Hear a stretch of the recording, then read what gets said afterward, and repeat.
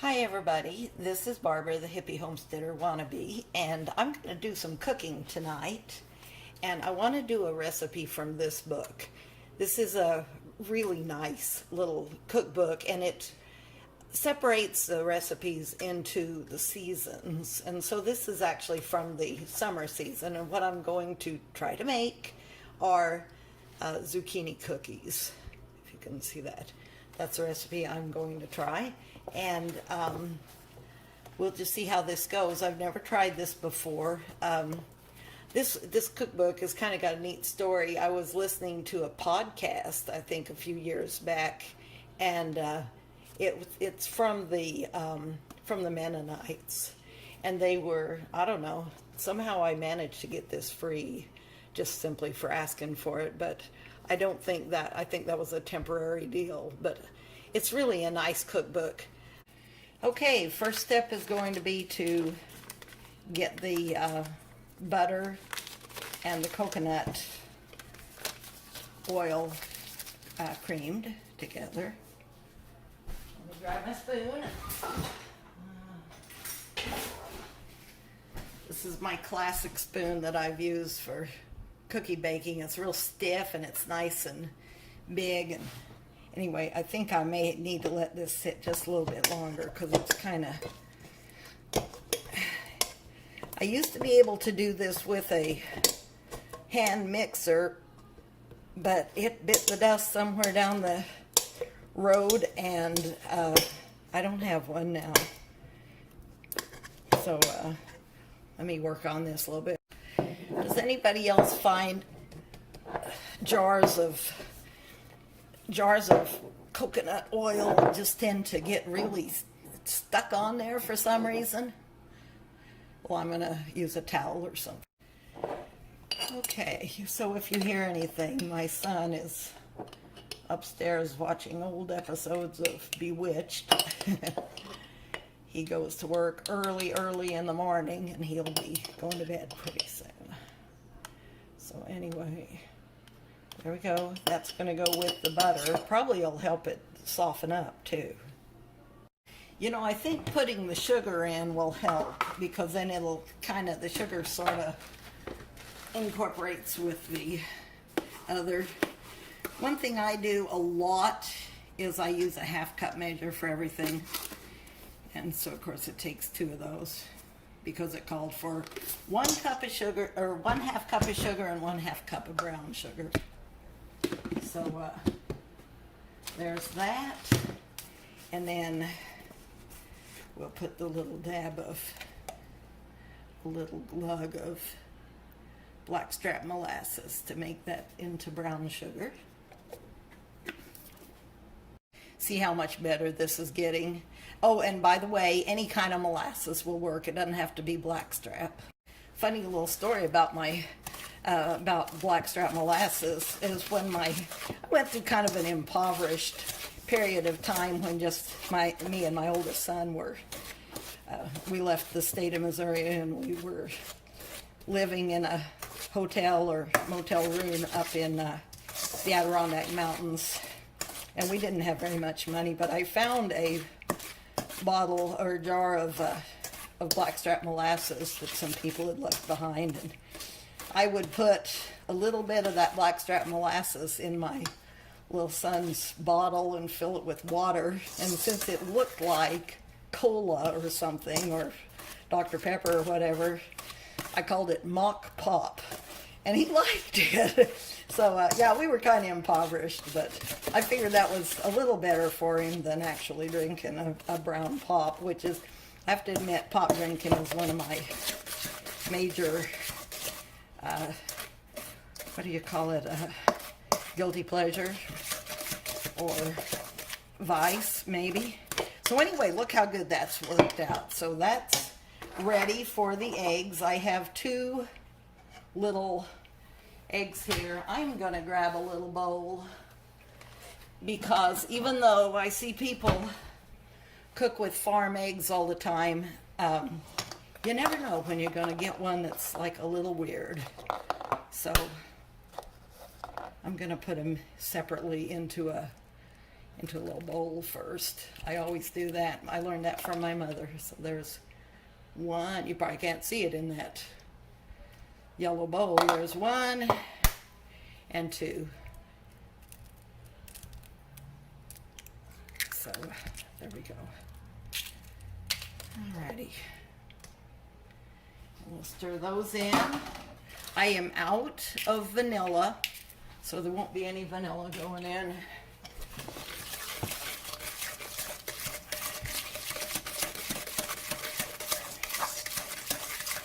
Yeah, that's working. Now, something I do that I actually saw somebody on YouTube do it the other day, and it's the first time I've seen someone else do it, and that is that I add the, I don't know if I have a teaspoon measure. This is close. I don't know for sure. I think this is it might be a teaspoon, or it might be a teaspoon and a half, but it'll work. So, but I saw somebody add the baking powder and the salt and baking soda if you're using it. I don't think this calls for it. No, just baking powder. You know what? I need to move this book. I've got it sitting on top of the stove, and I don't think that's good for it. So we're gonna figure out that's probably about a teaspoon, and I'm gonna like crush it up with my fingers because I really don't bake very often, so my stuff gets kind of old. That's why I don't normally even buy sugar, but my son is he's living with me. We're roommates. And he likes some kind of sweet in his coffee, sweetener, but he doesn't want to use, like Splenda or something, or stevia or whatever I would use. So we'll stir that in, and it does call for a half a teaspoon of salt, which, you know what, I think I'm going to leave that out. Or maybe I'll put just a tiny bit. I'm trying to reduce my salt usage. Gotta look for it. This is from the Dollar Tree. It's a pink Himalayan salt. And I'm not sure how. But a little bit of salt does bring out the flavor a lot, and it'll make the sweet things taste sweeter, and so it might be worth it, because this is going to make a whole batch of cookies. Okay, what next? I think I'll go ahead and put the zucchini in next. They have you put it in last, but maybe I should do it like they say. I think I'll put the cinnamon and the cloves in next. Cinnamon, it calls for 1 teaspoon, and that's something that could probably go a little bit more. And then the cloves, you might want to be a little bit cautious with, because they're kind of strong flavored. So it calls for a half a teaspoon, so I'm going to kind of guesstimate that. Well, shoot, use my fingers. That's an exact half a teaspoon. Okay, and we'll stir that in, and then we'll start on the flour. Baking powder's in there, cinnamon, salt. Okay, so we do the flour. 1.5 cups of whole wheat.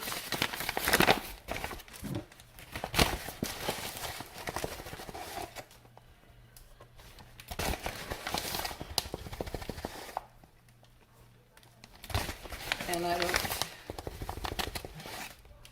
ain't got time for that scraping it off with a knife business.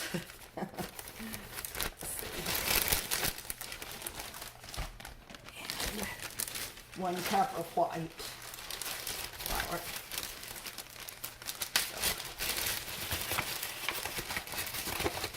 My mother used to keep flour in the freezer to keep it away from, mealybugs and such. And that was good. The only thing is, if you ever want to make if you ever want to make bread with yeast bread, then you're going to have to let it warm up to room temperature. And that's kind of... Alrighty, we'll stir this in. Incorporate it. Okay, the 1.5 cups of zucchini is going in next. And I'm going to go ahead and put it calls for 3/4 of a cup of raisins. I'm sure that would be flexible. And of course, they suggest, you know, omitting the spices and raisins and using chocolate chips.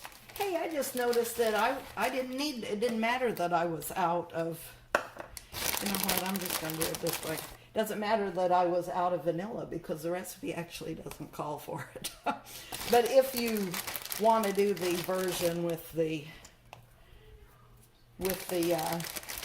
chocolate chips, they suggest adding vanilla.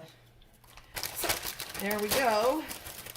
Something kind of interesting about this cookbook is that some of the vegetables that it gives recipes for are in a different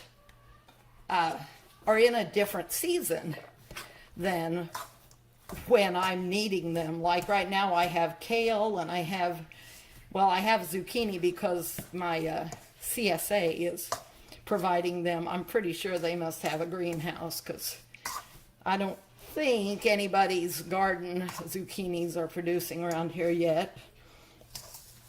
But so I'm actually more in the spring veggies most of the time, but it's just whatever, you know, whatever you have. And then like kale and broccoli, they have those listed as fall vegetables. But of course around here, of course you can always do it in the fall and it probably works better, but most people have it in the spring too, or maybe just in the spring. In fact, I'd never heard of having a fall garden much when I was a kid. Anyway, this looks pretty good, so I'm going to turn off the camera for a minute and get set up with my cooking sheet, my baking sheet. Okay, so I am going to grease my pans. I've got 2 pans here. I'm going to grease them with a cheaper coconut oil, and it probably won't really stick, you know, because of all that grease in the cookies themselves, but it doesn't hurt. I started to use parchment paper, but it's kind of a pain the way it wants to roll up and do its own thing. And this is a really old cookie sheet here. It'll be kind of neat to see which ones bake better, the ones on the light color or the ones on the dark. I think the dark might usually work better.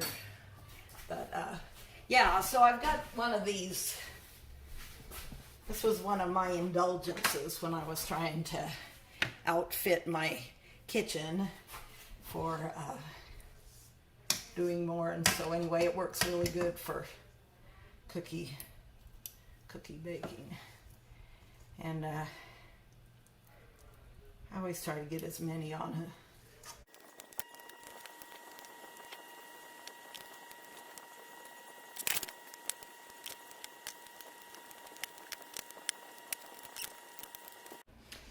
Okay, so now into the oven we go.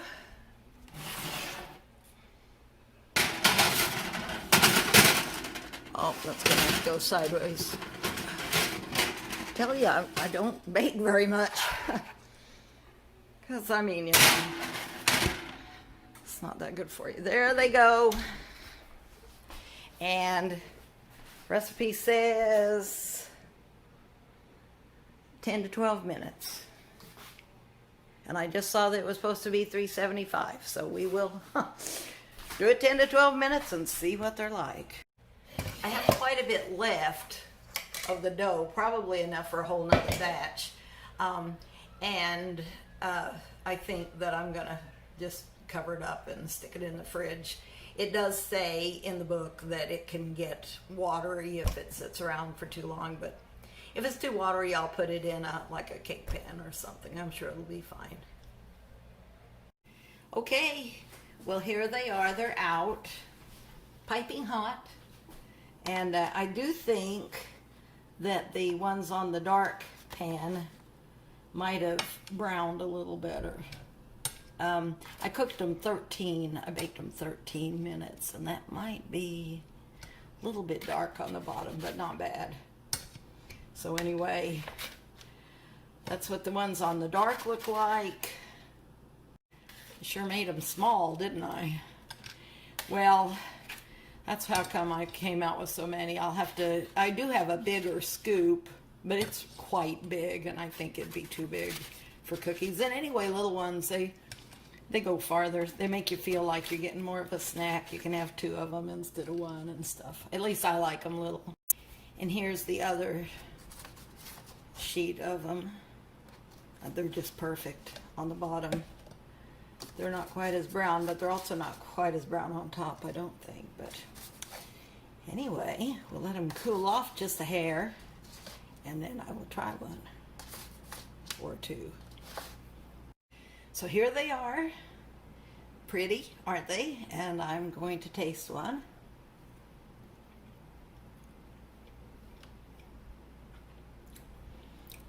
They're soft, cakey, very flavorful, plenty sweet. And you get that brown sugar sensation from the molasses hack. And yeah, they're good. I think even my son will like them. Hopefully I can get my little grandson to try them. So anyway, hope that gives you all an idea for a way to use zucchini when you've got a lot of them. See you next time, and thanks for watching.